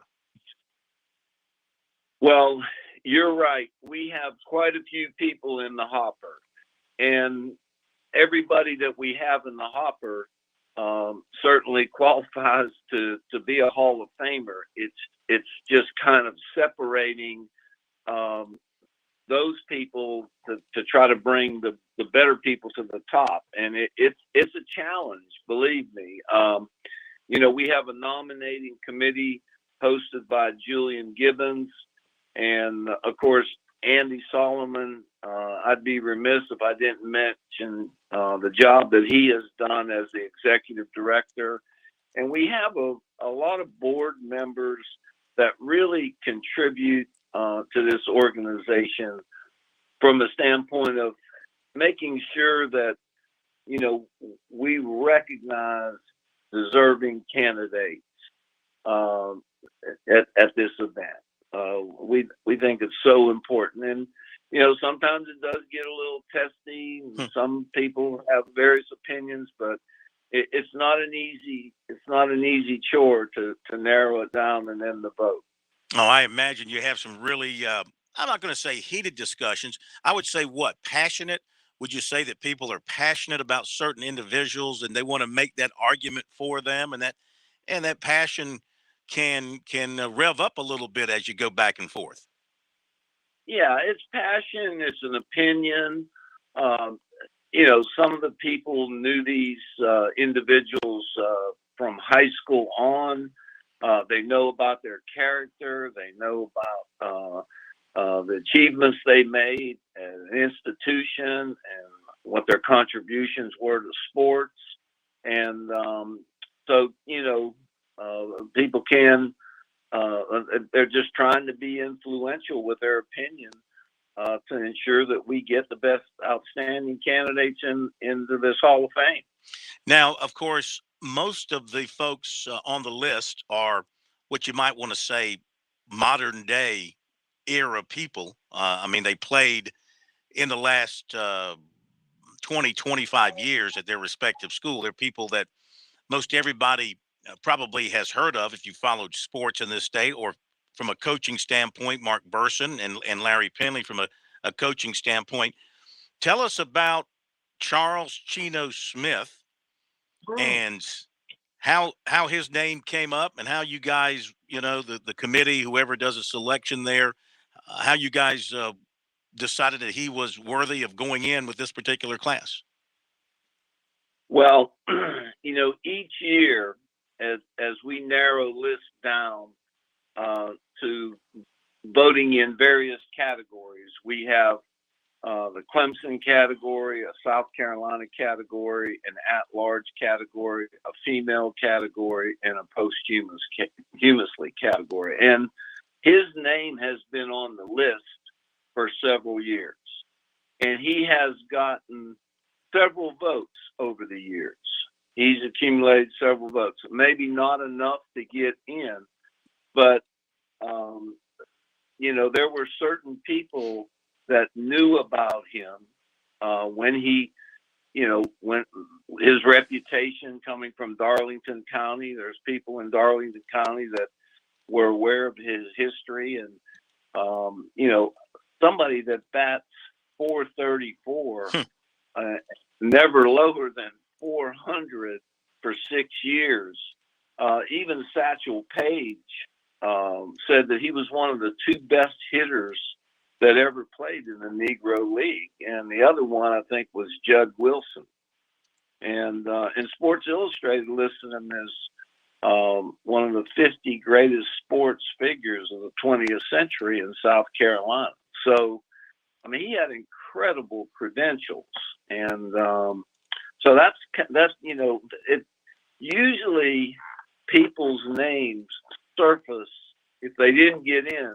They surfaced maybe the year before, and we bring them back up again, and they might have been very close, and that's kind of how he got the votes. Bill D'Andrea, the South Carolina Athletic Hall of Fame, joining us here tonight on Sports Talk. The class of 2023, an impressive one at that, will be enshrined later on this year. And Bill, you were talking about old and new guys sort of blending together. How also do you evaluate coaches like Mark Person, say, for instance, Larry Penley, who are going into this year's class versus players like, say, Woody Dancer or Robert Brooks? How do you differentiate them to make sure you've got the proper blend of coaches going in along with players every year? Or is that even the goal? Not necessarily. I mean, if you take Woody Dantzler, he was the first quarterback in the NCAA history to throw for 2,000 yards and rush for over 1,000 yards in the same season. He established an ACC record. He was the national back of the week in consecutive games in 2001. And just, a two-time semifinalist for the O'Brien Award. What's interesting is Joe Hamilton, who's going in this class, is the O'Brien Award winner for that year. So it's very competitive. And, of course, Joe was actually a finalist for the Heisman Trophy. And, if you look at Mark Burson, to win 511 games in 43 seasons, I mean, that's incredible. Now, I know he was at the Citadel for a few years, but he's the second active NCAA Division I coach with a winning record. He's got an NCAA championship, 2 college cups, 4 national quarterfinals. He's been 11 rounds of 16 appearances in the final 16. He just did an incredible job of consistency, and the same for Larry. Larry, he's won an NCAA championship. He was the only coach in history of college golf to take a Division I program and win the conference, the NCAA regionals, and then win the championship, and in the same year. So, he's coached 2 Ben Hogan Award winners, 38 years at Clemson, and 83 wins. You're talking about elite coaches and elite players. Bill DeAndre, final moments with him. May 15th, the date of the induction ceremonies there at the Columbia Convention Center. Do you guys still have room for tables to be purchased, tickets to be bought? What should people do? We do. We do, Phil. And if people will go to our website, it's the SCAHOF, the South Carolina Athletic Hall of Fame. You can purchase tickets on that website. You can purchase a table. There's opportunity for sponsorships. It's a great event. It's the largest sporting event in the state as far as recognition goes, under one roof in the Palmetto State. And we normally have 1,000 people at this event, and I think it's what's good for sports. Absolutely. And, it's a fantastic event. The way you guys set it up, the band, the speeches, the whole deal. Coach Jeffrey's there with the flag. If you go too long, it's a great deal. Okay, and of course, before we let you go, I know the audience around the state certainly wondering, kind of where I came in terms of my athletic career, and the passion that I'm sure somebody spoke on my behalf to try to get me in. Was it close again this year, or am I going to have to wait another decade or 2 decades? I think you're going to probably have. I think Chris has a better chance of getting in than you do. What'd he do? What's he ever done? He got more votes. He ever scored 10 points in a basketball game at Ainer like I have? How many people can say they've done that? Huh? Well, it's one of those achievements that sets you apart. Okay, Billy D, we thank you as always, and have a great week. We'll see you up at Little John, I'm sure, for a basketball game in the future. Congratulations to you and to Andy, to the entire crew there, to Tony, all you guys who work hard, whole crew for doing a great job on this. We look forward to working with you, seeing you there on the 15th, if not sooner. Thank you, Phil. I appreciate what you do. Thank you, sir. Thanks, Bill. Of course, Andy is Bye-bye. Andy Solomon, the executive director. Tony Schufo is the former voice of the Cougars, who works with publicity, PR for the Athletic Hall of Fame.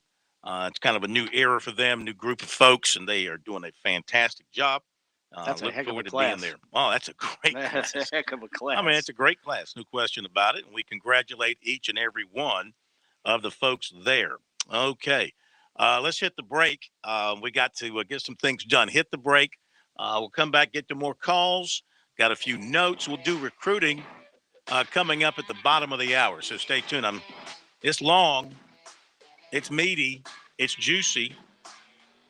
It's important. Signing day is just 2 days away. Of course, Clemson's not going to sign anybody for the 23 class. They've got all that done in December. And, the Gamecocks got one out there they'd like to reel in. And we'll talk about all that coming up here in just a few minutes. Stand by. Life. It has its ups and downs. Sometimes it's little things like hitting every red light or dropping your cell phone. Maybe it's the bills, rent, or pressure at work. But when it comes to the South Carolina Education Lottery, you should never feel like playing will solve everything. The lottery is a game. It's played for fun. So set a dollar amount. Expect not to win and make sure responsibilities, family, friends, and work come first. Visit playresponsiblysc.com. When your day calls for some winning, why not watch your favorite football team at Dave & Buster's? We've got massive HD TVs and hundreds of the hottest new games. Sip from our chef-crafted cocktail menu with exclusive drinks such as the Strawberry Watermelon Margarita or Dangerous Waters. Cheer on the team with Cantina Nachos or wings featuring one of our 12 wing flavors. When your day calls for some winning, it's time for Dave & Buster's, where you can watch the games and play the games. Locations in Greenville, Columbia, and Myrtle Beach. Touchstone Energy cooperative members save more on electricity, and members save more on insurance, groceries, healthcare, restaurants, travel, concerts, and sporting events through Co-op Connections. Touchstone Energy is an alliance of the member-owned electric cooperatives, and as a member, the power is yours. Experience the power of co-op membership with Touchstone Energy and find out how much you can save on electricity and a whole lot more at touchstoneenergy.com.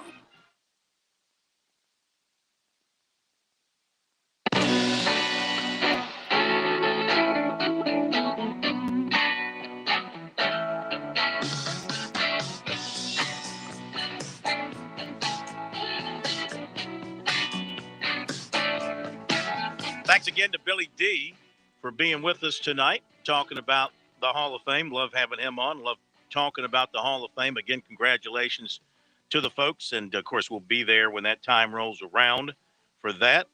Going to be an exciting time. Got the South Carolina Football Hall of Fame process going on, too, and getting their class together. Looking forward to hearing who that's going to be. A couple of comments on our stream tonight that I want to touch on.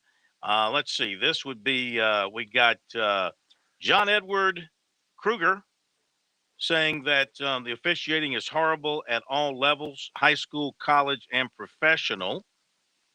And he said Phil is mostly making excuses for officials. No, Good I'm for not. you, Phil. I'm not making Good for you. excuses. I'm just You saying they're defend them. people too, and they have families and they have feelings. And let's see what else we got here. We got Eddie. Walking also is allowed all the time. Yeah, I'm not going to disagree with that. And we got some news. The ACC. That's right. Tonight is the 30th. The ACC, in their wisdom,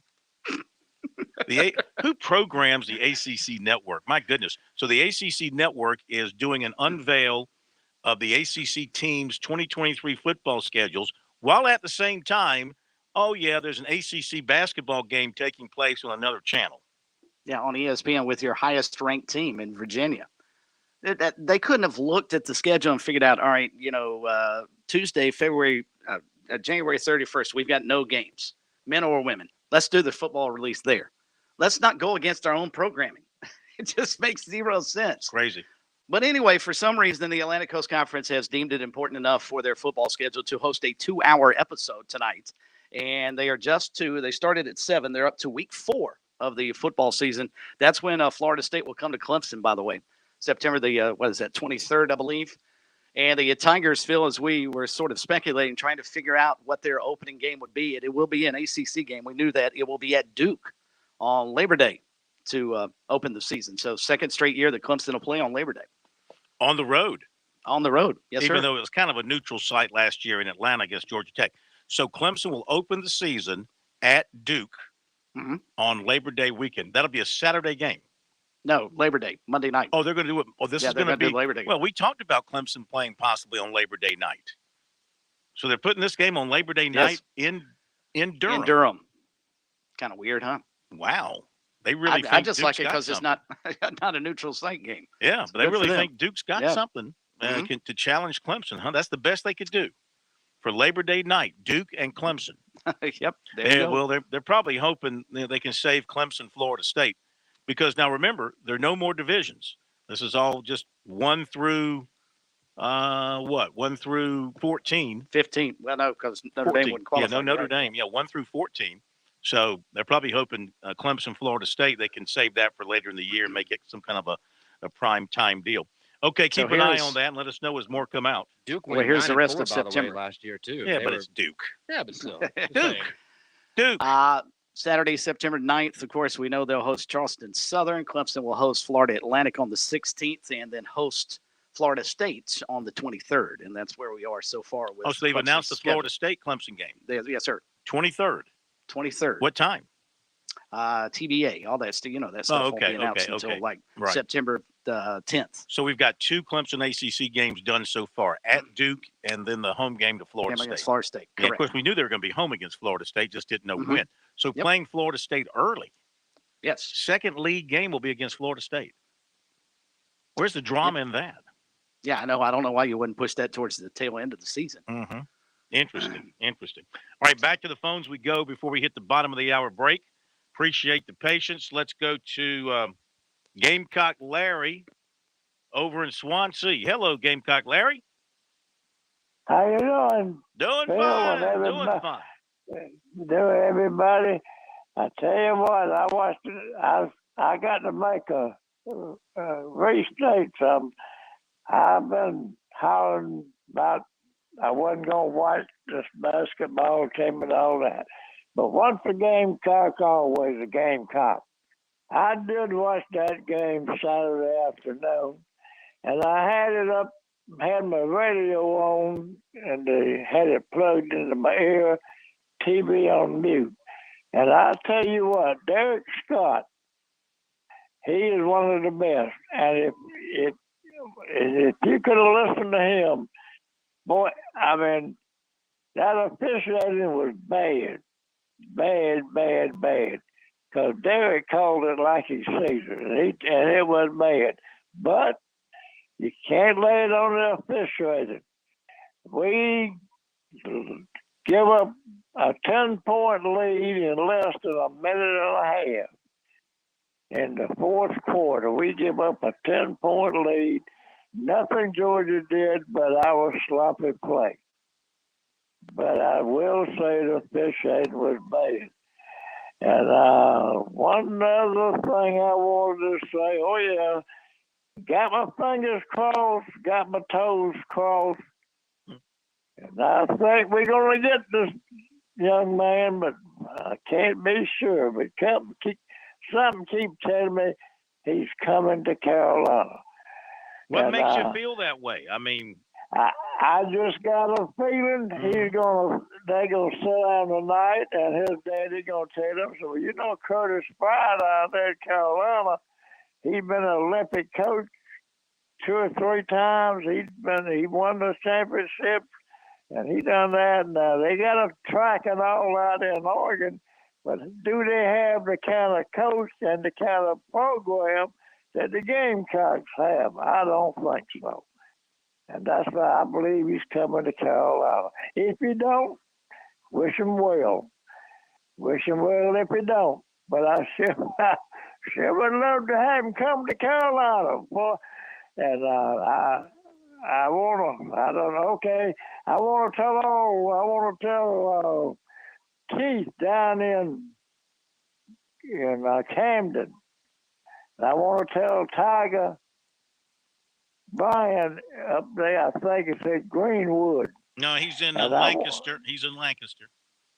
Okay, I want to tell all you, sound like you Clemson fans. Well, I know Tiger Brian is.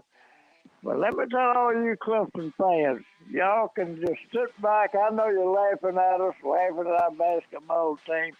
But I can say one thing. We beat you. We beat you. Go Gamecocks. Love all y'all. All right, Larry. Thank you. Enjoy the Geritol tonight. And we'll be back after the break. Don't go away.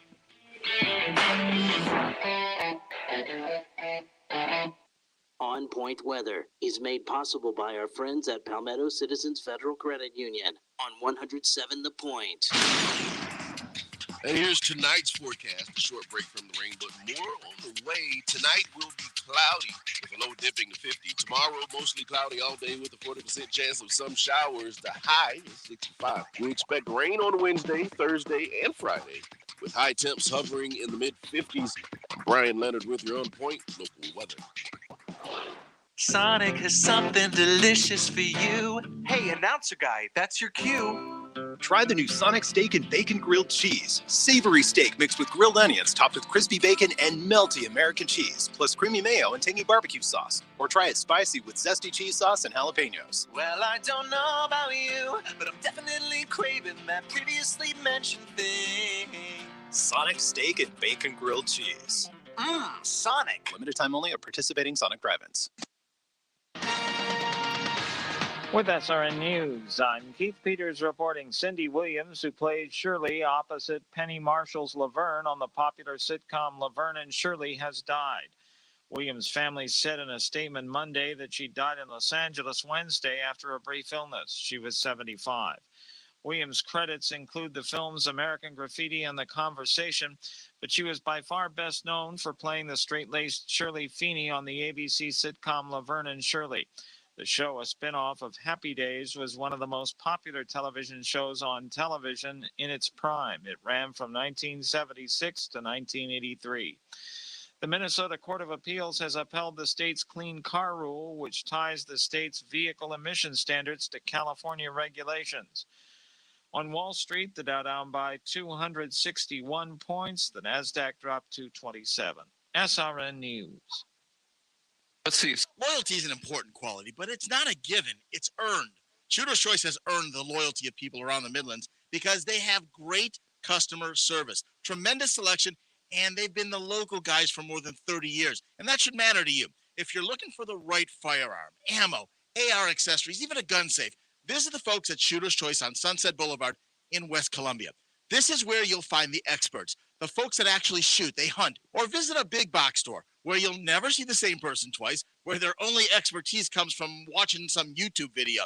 Shooter's Choice has the top brands. They offer classes to make sure you develop proper safety technique and skills. Most of all, they offer the best quality products at fair prices sold by good local people. If you can't make it to the store, you can visit online, shooterschoicesc.com. They're also on Facebook and Instagram, or they're waiting for you at 944 Sunset Boulevard in West Columbia. Make it your first choice, your best choice. Make it Shooter's Choice. Hi, honey. How was your first day back at work? Well, that slip and fall sure did cause me some pain and discomfort. And this swollen ankle is no fun. Thanks to True Pharmacy, the day wasn't a complete waste. I'm so glad they were able to get you all set up with your ACE bandage wrap and even a set of crutches. Yes, who knew you could rent your crutches from True Pharmacy?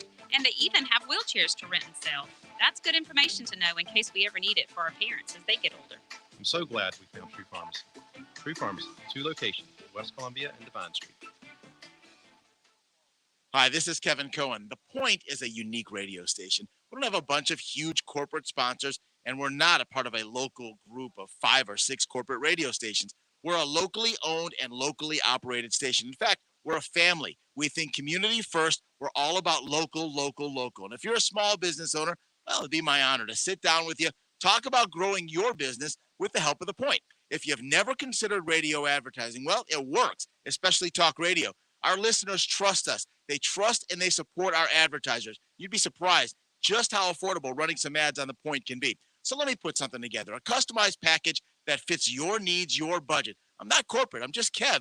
Call me, 563-8558, or email me at kev@makethepointradio.com. That's 563-8558, or my email address, kev@makethepointradio.com. Let's sit down. Let's talk about partnering up. Let's talk about seeing if we can grow together.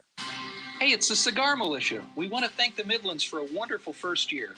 Thank you for helping us grow. We had no idea we had so many good friends out there. One thing I love about the cigar culture is we all have our favorite brands, but we're also willing to try new ones too. Come in and get your old standby, or have one of our knowledgeable staff members walk you through the humidor to your new favorite. We're at 1410 Colonial Life Boulevard in the same plaza as the Melting Pot Restaurant.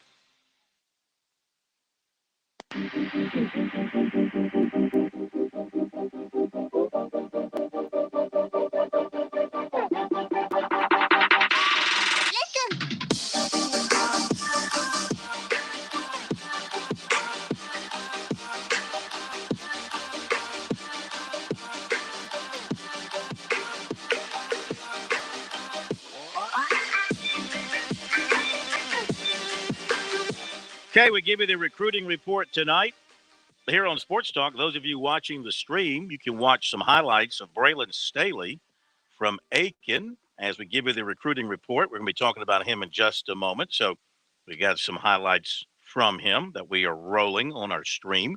Meantime, we'll tell you that the folks at Seawells want to let you know that with party season upon us, when I say party season, I mean things like weddings and receptions and corporate outings, business luncheons, things like that, things that require great food and organization and complete setup and complete cleanup and takedown. Well, Seawells, I mean, they're just the best in the business at doing that, okay? You don't stay in business doing one thing for about 80 years unless you're darn good and your reputation is golden, and their reputation is gold. Just give them a call. You got something coming up. Let them help you out. 803-771-7385. You'll talk to Cal Sewell, and he'll take care of business. 803-771-7385. Also, SeawellsCateringSC.com. And don't forget the daily luncheon buffet. It's outstanding. It's a great eat. And, you know, I was thinking the other day, Pat, I heard a band out there being advertised. And the last part of their name was, let's see, what was the name of that band?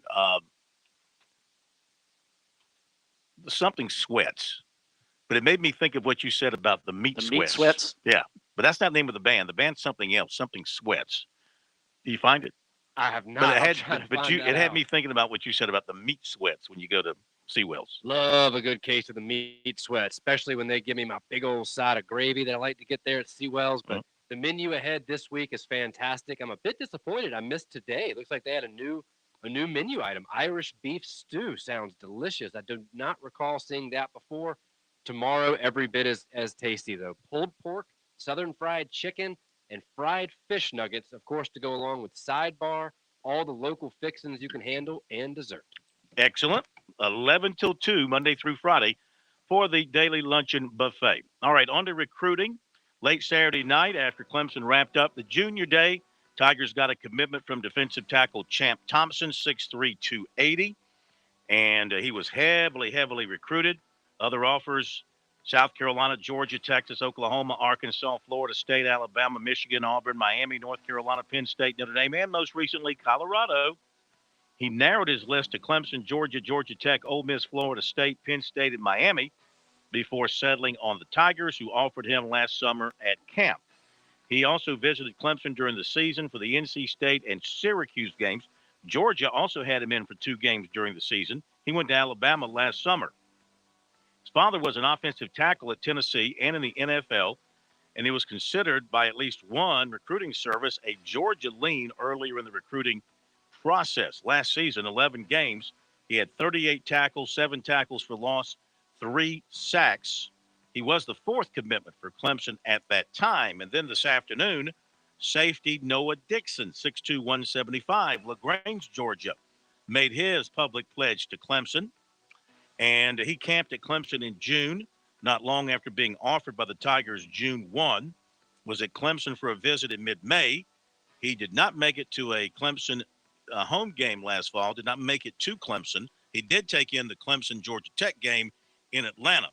He also visited Georgia in January for a junior day. He was at Georgia for a visit in May. He went to Georgia Tech the weekend of January 21st for their junior day. His offers included USC, Notre Dame, Auburn, West Virginia, Michigan State, Ohio State, Oklahoma, Kentucky, Georgia, Arkansas, Michigan, Texas A&M, Alabama, Stanford, Georgia Tech, Ole Miss. According to Max Preps, last season Dixon was in on 40 tackles. He also plays receiver, had 18 catches, 248 yards, 3 touchdowns. So that's 5 in the 24 class. Now, the ink, of course, not dry on the 23 recruits. We're working on the 24 class pretty heavily. 2 of those in South Carolina. Receiver Mazio Bennett, offensive guard Blake Franks, Greenville High. Both were busy over the weekend, with Bennett visiting USC on Saturday and Franks visiting Clemson Saturday and Auburn on Sunday. Their coach, Greg Porter, spoke with both of them today, and he said both are moving pretty quickly toward decisions, with Bennett being an any day or any week sort of thing coming off his visit with the Gamecocks. Coach Porter said, quote, "I think he had a great time. It was really a positive experience. I think Shane Beamer and his coaching staff have done a tremendous job in recruiting him. I think they have been very consistent, especially after he decommitted from the Tennessee situation. I think they just showed the young man what love is all about and what family is all about. I think that's what he's looking for, something that's going to remind him of his family and where it feels like home to him. This past weekend was a really strong, positive thing for them," end quote. So he committed to Tennessee last October, decommitted in December, and Coach Porter wants to make sure that, that doesn't happen again. He wants to make sure when he makes this decision, makes this commitment, that it sticks. And could he do something on signing day? He didn't think so. He didn't think he wanted to upstage any of the seniors who'll be signing. He did put out a tweet. Bennett did put out a tweet about an hour ago saying he's going to shock the world here pretty soon. So we'll see. He went to Alabama for a junior day on January 7th. He checked out Miami the next weekend while he was there for a 7-on-7. As a matter of fact, his coach told me he plays for a 7-on-7 team in Miami. So he goes to Miami all the time. So going down there is nothing unusual for him. He also visited USC in July for their cookout and returned for a game in September. As for Franks, USC and Clemson have been the strongest with him. He was at USC on the 21st for their junior day, and he is basically torn, according to his coach, torn between the two schools, USC and Clemson. Of course, you got to be happy with one of them. He said he and his family are coming up with a plan for their announcement as well. I don't think they want to ride this out to his senior year, the coach said. He wants to get it done. Auburn visit, however, gave Franks a third option to consider. The recruiter at Auburn was his recruiter at Ole Miss, offensive line coach Jake Thornton, so he had a prior relationship with him. But probably going to come down to South Carolina, Clemson, and probably something within the next couple of weeks at the latest. Aiken, wide receiver, Braylon Staley, 6 feet 175. He's also a state champion in the triple jump, so a tremendous athlete. He was at Clemson Saturday for the junior day. He said it felt great. He met with Dabo Sweeney and Tyler Grisham. He loved what Sweeney had to say about life after football and what Clemson can do for you there. He enjoyed talking to Grisham. They say he can play slot or outside. They really, really want him, he said. Auburn just offered him, and Georgia offered today. This is becoming a high-profile recruitment. Alabama, Wake Forest, Vanderbilt, North Carolina, Georgia Tech, NC State, Virginia Tech, Miami, and West Virginia, among other offers. Clemson coaches have made it clear to him, he said, that they want him. He said Coach Sweeney told him he wants him bad. he asked him, "What's taking too long?" He was like, "Is there anything you're waiting on?" And he said he told him, "No, sir." And he said, "Coach Christian was telling me and another recruit that they love our film, love what we do, and they are just waiting for us to commit." I believe the other one to be the wide receiver in North Carolina, Alex Taylor, who may be close to doing something with Clemson as well. So Staley has also taken visits to Georgia Tech, Wake Forest, and North Carolina this month. They were all good visits, but the Clemson visit certainly got his attention. He's got the Tigers pretty much at the top of his list right now, he said. He got a couple up there, but he said from his visits so far, they are his favorite. Clemson is his favorite from his visits. He does plan on taking some visits during the spring and commit after his official visits, not really getting much from South Carolina at this point. Of course, his dad, Brian Staley, was a major prospect out of Aiken in the early 2000s, had 26 high school interceptions, if you can believe that. 26 career high school interceptions. Signed with Clemson, but went to Georgia Military for 2 years, became a junior college All-American, and then ended up going to Mississippi State. As for the younger Staley, 930 receiving yards, 9 touchdowns. You ever notice how popular the name Staley is in our state? Deuce Staley, Brian Staley, now Braylon Staley, of course, the Staleyest of them all, Dawn Staley. Very popular. I'm going to change my name to Staley. My name is Phil Staley. Speaking of Dawn Staley, I heard on the television broadcast yesterday, or their win over Alabama, they were coming home on charter yesterday and no Wi-Fi on the plane. So Coach Staley could not watch the NFC Championship game. Of course, she's a devout Philadelphia Eagles fan. I was thinking, come on, USC, you've got to be able to get Wi-Fi on the plane so your head coach can watch your favorite team, right? Well, I think they had a choice. It was either Wi-Fi or 2 engines on the plane. They chose the 2 engines. So, I mean, it was a tough call. Always go with the 2 engines. Always go with the 2 engines. All right, we continue. According to Howard High School coach Paul Carroll in Macon, Georgia, defensive end Zay Hardy will sign Wednesday at 9 o'clock, but most likely not with USC. Hardy also has several junior college options. He committed to USC back in August, and he's taken down off his social media any reference to USC. He previously had stated that he planned to sign with USC, so either things didn't work out for him academically where they couldn't take him, or they decided to move elsewhere. Then again, he's a highly regarded player at defensive end, and we all know South Carolina needs defensive ends.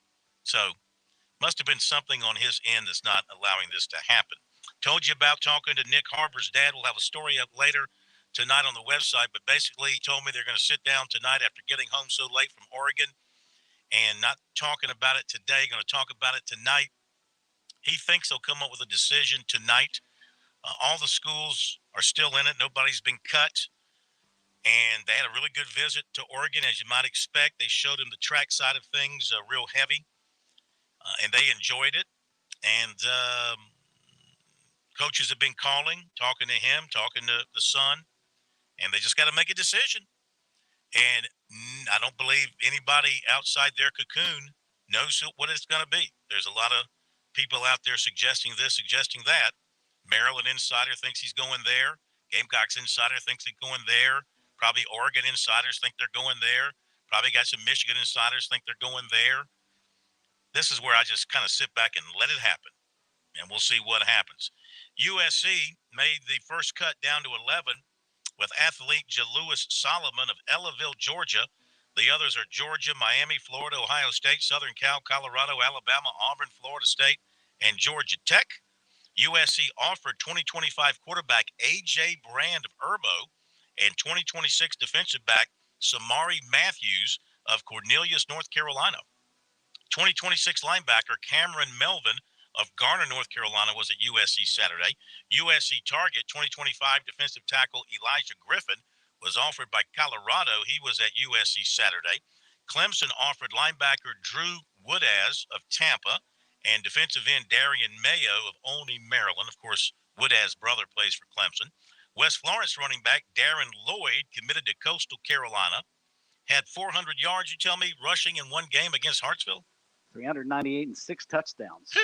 You said that was a pretty good game, huh? Pretty good. Blythewood tight end Anthony Thurman, River Bluff running back Cooper Johns, defensive end Devonve Pettis, Shelby, North Carolina. They all committed to the Citadel. Baseball 2026 shortstop States Farr. States Farr. Too bad his last name's not Fair. No, or Farm. Or Farm, that's right. They would have had an NIL deal already locked up. States Farr of Spartanburg, 2026 class, committed to US of C. Or U of SC. No, we've dropped the of. Thank God.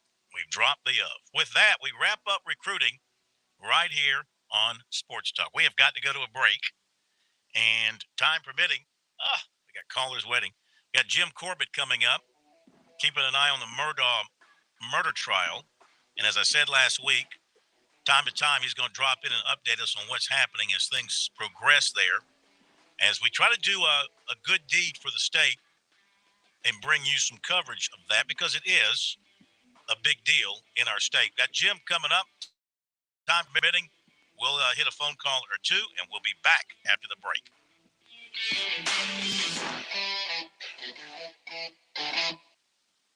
Touchstone Energy cooperative members save more on electricity, and members save more on insurance, groceries, healthcare, restaurants, travel, concerts, and sporting events through Co-op Connections. Touchstone Energy is an alliance of the member-owned electric cooperatives, and as a member, the power is yours. Experience the power of co-op membership with Touchstone Energy and find out how much you can save on electricity and a whole lot more at touchstoneenergy.com. When your day calls for some winning, why not watch your favorite football team at Dave & Buster's? We've got massive HD TVs and hundreds of the hottest new games. Sip from our chef-crafted cocktail menu with exclusive drinks such as the Strawberry Watermelon Margarita or Dangerous Waters. Cheer on the team with Cantina Nachos or wings featuring one of our 12 wing flavors. When your day calls for some winning, it's time for Dave & Buster's, where you can watch the games and play the games. Locations in Greenville, Columbia, and Myrtle Beach. Join the Trailblaze Challenge, the endurance hike program where big hearts come together for big steps to create hope for local Wish families through Make-A-Wish, South Carolina. This spring, take part in a new journey on the Palmetto Trail. From sunrise on the highest peak in South Carolina to the coastal marshes of the Lowcountry, hikers of all levels can support critically ill children, enjoy and explore the outdoors, and build. Touchstone Energy cooperative members save more on electricity, and members save more on insurance, groceries, healthcare, restaurants, travel, concerts, and sporting events through Co-op Connections. Touchstone Energy is an alliance of the member-owned electric cooperatives, and as a member, the power is yours. Experience the power of co-op membership with Touchstone Energy and find out how much you can save on electricity and a whole lot more at touchstoneenergy.com.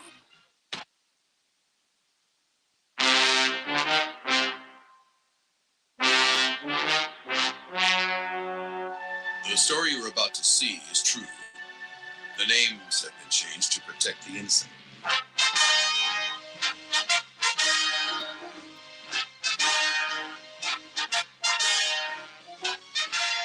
Welcome in, Jim Corbett, attorney here in Columbia. Good friend of the show, and the man keeping an eye on the Murdaugh trial down in Walterboro. I'm sure everybody involved in law enforcement and the law in some form or fashion is watching what's happening there. The entire nation is watching, so we thought from time to time when Jim had something to say, he could join us and fill us in on a few highlights. Jim, great to have you with us, and what's transpired there from like Friday through today?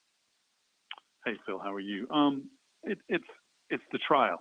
It's not the smoking gun. This is circumstantial evidence trial. It's the evidence that's needed to create timeline, create all the issues, all the evidence that the prosecution has to show in a circumstantial case that Alex Murdaugh did the murders. And it was funny. There was a publication we both read that had a story opening the trial, and that the defense or the prosecution is going to try to prove their case without, any eyewitness testimony, any video. On the same page was the story of the tragic killing of a postal worker in Florence, whose killer was also convicted without any kind of eyewitness evidence or video evidence. Now, I do think they had the murder weapon introduced in that case. So, it's kind of kind of interesting how people look at this case, but it's a circumstantial evidence case, and this is building block time. Building block for the prosecution on Friday and on Monday. And this is the time where the defense lawyers try to find one or two things in each witness's testimony they can point to later on that say, this doesn't add up. This doesn't make sense. Yeah. Prosecution did get into evidence, guns, but not the murder weapons. They were guns like them. And Jim Griffin argued against it on behalf of the defense, saying that it was prejudicial, and that's an appeal point. These lawyers, remember, are also making sure that they're making grounds for appeal in case they lose. They can appeal it, and maybe get a bad verdict overturned. I don't know if this is going to be a classic circumstantial evidence case, but it looks like it's lining up to be. You never know until you see all the evidence and you look back and say, yep, that's it. And as the defense is only trying to find one or two things per witness to find that doubt for which you have a reason. And in fact, they really just have to find one juror who's a holdout. There could be 11-1, and that's not a conviction. It has to be 12-0. You have the investigator from SLED, Worley, who was on the stand Friday and Monday. And this is the type of thing a defense lawyer tries to get out. Dick Harpootlian, according to reports, asked her if there's any other evidence that might have been tampered with in the scene, because they were talking about the tire tracks and how they could have been messed up, and constantly pointing out that the scene might have been compromised. And Worley said apparently no idea. And of course, Harpootlian said, yes, you're right. You have no idea of any other evidence that might have been tampered with by the officers responding to the crime scene. Now, of course, they say in response to some of these questions, things like, well, we don't respond to a murder scene wearing, coverings on our shoes, because we're there to see if there's an active shooter and what's happened. So there's a give and take that's happening. And I found it a little unusual that the criticisms you'll see on Twitter. You ever seen people criticize on Twitter before? Never. The prosecution, led by Creighton Waters, has presented no evidence so far. And I looked up this person, and she's apparently a law student, and one of many who can express her opinion. And then other people saying that Dick Harpootlian is fumbling around, but you never know what they're setting up in a circumstantial evidence case. You never know what points they're trying to make. Friday, the jury heard the 911 tape from Alex Murdaugh. They heard and saw the interview with Alex Murdaugh with the police. They saw Murdaugh listening to these. They saw Murdaugh choosing to see or looking at the crime scene pictures, which are horrible. The jurors had a chance to see him react to all the things that he said and did that night. There were phone records that were showing, the Instagram video from Paul showing that Alex was there, his dad, who was accused of the murders. Phone records showing that he was in the area, then it goes silent, and that Paul's goes silent, all showing this timeline for the murder, which the defense is trying to break by finding that one or two things per witnesses, or maybe just one witness, to break that timeline, give people on the jury a doubt for which they have a reason. So they're all setting things up for the closing arguments, which people often look to at trials. There's no smoking gun in this case. There's no smoking gun when you turn in on the TV. It's not going to give you that gratification. If you saw the part that convinced you, it's got to be circumstantial evidence. It's a case that's building over 3 weeks, and they're just in week number 2. Now that's 3 weeks if the defense presents evidence. They don't have to. But studies have shown that some people make up their minds at the opening arguments, and they never sway after that. And sometimes they do. So what has been said already by Creighton Waters in the opening argument that won the day with some jurors, that simply was shown through all the evidence. And just so the viewers, the listeners are clear, the judge says every time they stop and go out of the courtroom, the judge says to the jurors, don't talk about this case among yourselves or anyone else. That's repeated over and over and over. You're not allowed to talk about the case until you've heard all the evidence and the judge is charged in the law. And that's probably the most difficult thing for the jurors, not talking about the case during this 2 or 3 weeks. Jim, thank you so much. We'll catch up with you later in the week as this thing develops, but it's starting to build. You can certainly tell in your voice and with the information. We really appreciate it. We'll talk to you later in the week. All right, Phil. Thank you. Thank you very much. All right, Jim Corbett, keeping an eye on the Murdaugh case. And like he said, circumstantial. We'll see what happens. Yeah. All right, we've got the Clemson schedule. Let me run through it very quickly, or you want to do it? Yeah, I've got it in front of me. They open up with Duke, as we mentioned, then Charleston Southern, Florida Atlantic, Florida State, all at home. Then they go to Syracuse to wrap up September. They open October against Wake Forest at home. Open date on the 14th. Then they visit Miami on the 21st. Go to Raleigh to face NC State on the 28th. November 4th, Notre Dame in town to face the Tigers. They'll host Georgia Tech in North Carolina to wrap up the home schedule on the 18th, and then go to South Carolina on the 25th. It's a fan-friendly schedule from a travel standpoint. I mean, if you're a Tiger fan, you go to Duke, and then you do go to Syracuse. And I mean, that's a little bit of a stretch. Miami's not awful. You're just there. You go to Raleigh, and you go to Columbia. So, I mean, that's pretty doggone easy. Durham, Miami, Syracuse, Raleigh, and Columbia. Only 2 games out of the Carolinas. And, South Carolina's got a pretty friendly travel schedule as well this coming year. So, I mean, from the standpoint of, they do have Missouri and they do have Texas A&M on the road. But outside of that, everything else is drivable for South Carolina fans too. So that will do it. Sorry we couldn't get to all the calls. We'll get to you tomorrow night. You can hang till tomorrow or call us back. Otherwise, Chris, Pat, have a great night. We'll see you tomorrow.